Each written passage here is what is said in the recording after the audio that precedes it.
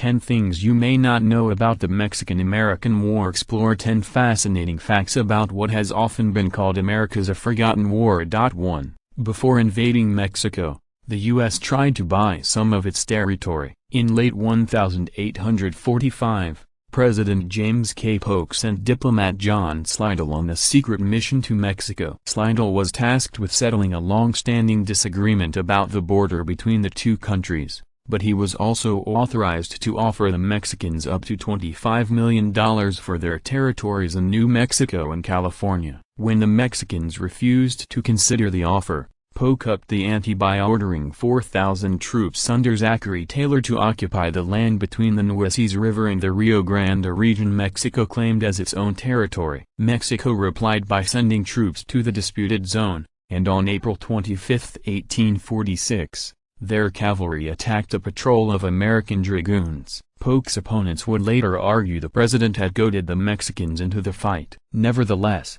on May 13, 1846, Congress voted to declare war on Mexico by an overwhelming margin.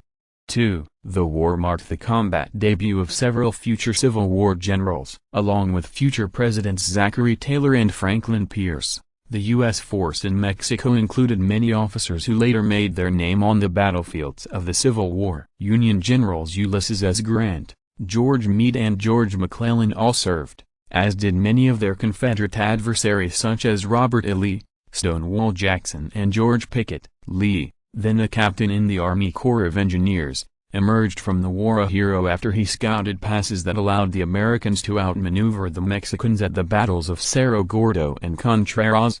3. Santa Anna used the war to reclaim power in Mexico. Most Americans considered Antonio López de Santa Anna a mortal enemy for his actions at 1836's Battle of the Alamo. But the charismatic general returned to power during the Mexican-American War thanks to a surprising ally, James K. Polk. Santa Anna was languishing in Cuba when the war began, having been driven into exile after a stint as Mexico's dictator. In August 1846, he convinced the Polk administration that he would negotiate a favorable peace if he were allowed to return home through an American naval blockade. Polk took the general at his word. But shortly after setting foot on Mexican soil, Santa Anna double-crossed the Americans and organized troops to fight off the invasion. Along with reclaiming the presidency, he went on to lead the Mexicans during nearly all the war's major battles.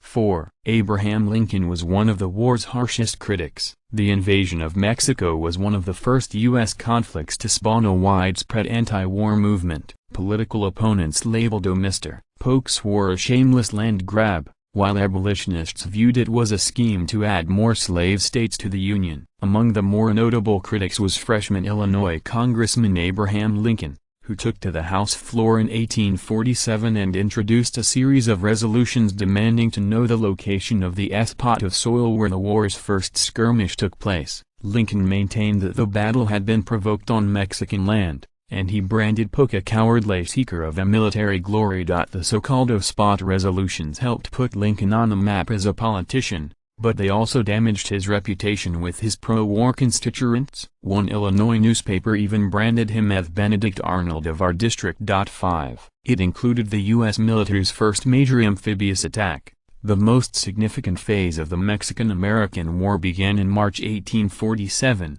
When General Winfield Scott invaded the Mexican city of Veracruz from the sea, in what amounted to America's largest amphibious operation until World War II, the Navy used purpose-built surfboats to ferry more than 10,000 U.S. troops to the beach in just 5 hours. The landings were mostly unopposed by the town's outnumbered garrison, which later surrendered after an artillery bombardment and a 20-day siege. Having secured Veracruz, Scott's army launched the war's final thrust, a 6-month, 265-mile fighting march to the halls of Montezuma at Mexico City. 6. A band of Irish Catholics deserted the U.S. and fought for Mexico. One of the war's most storied units was St. Patrick's Battalion, a group of U.S. soldiers who deserted the army and cast their lot with Mexico. The 200-man outfit was mostly made up of Irish Catholics and other immigrants who resented the prejudice they faced from Protestants in the United States. Under the leadership of an Irishman named John Riley, The San Patricios defected and became Santa Anna's elite artillery force. They served with distinction at the battles of Buena Vista and Cerro Gordo, but most of their unit was later killed or captured during an August 1847 clash at Churubusco. Following a court-martial, the U.S. Army executed around 50 of the soldiers by hanging. Several others were whipped and branded with a ode for deserter. Though scorned in the United States, the San Patricios became national heroes in Mexico, where they are still honored every St. Patrick's Day.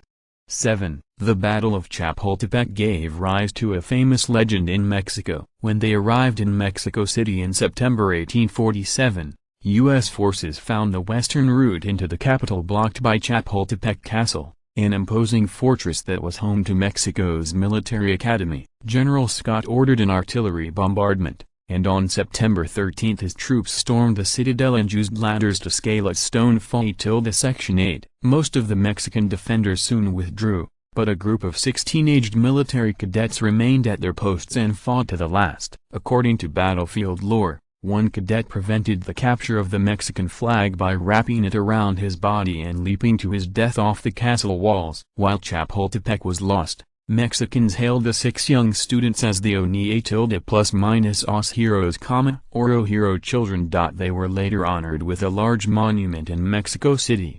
8. An American diplomat disobeyed orders to end the war. As the war inched toward its conclusion in 1847, President Polk sent State Department Clerk Nicholas P. Trist south of the border to seal a peace treaty with the Mexicans. Negotiations proceeded slowly at first, and in November 1847 Polk grew frustrated and ordered Trist to end the talks and return home. Trist, however, would do no such thing. Believing that he was on the verge of a breakthrough with Mexicans, he disobeyed the president's order and instead wrote a 65-page letter defending his decision to continue his peace efforts. Polk was left seething. He called Trist destitute of honor or principle and tried to have him removed from the U.S. Army headquarters, but he was unable to stop the negotiations. On February 2, 1848, Trist struck the Treaty of Guadalupe-Hidalgo, an agreement in principle to end the war. While Polk reluctantly accepted the deal, he fired Trist as soon as the rogue diplomat returned to the United States.